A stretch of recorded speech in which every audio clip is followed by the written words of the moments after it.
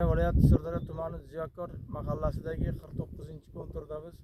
Bu yerda Xalq banki Sirdaryo shahar BXM hamkorligida loyiha amalga oshirilgan, ya'ni 12 gektar yer maydoniga oshqovoq ekini ekilgan, 24 ta dehqon xo'jalik tashkil qilingan. Oshqovoq ekinini yetishtirish jarayoni muddati 120 kun deb belgilangan va unda sug'oriladi, tabiiy va mineral o'tlar bilan oziqlantiriladi. Dala maydonining eni 600 metr, eni 250 metr, uzunligi 600 metrni tashkil qiladi. Bu yerda Nosirjon Po'latov MChJ biriktirilgan lider tadbirkor sifatida har gektar maydonidan 25-30 tonnadan hosil olish rejalashtirilgan. Jami 360-370 tonna oshqovoq ekini hosili olish rejalashtirilgan.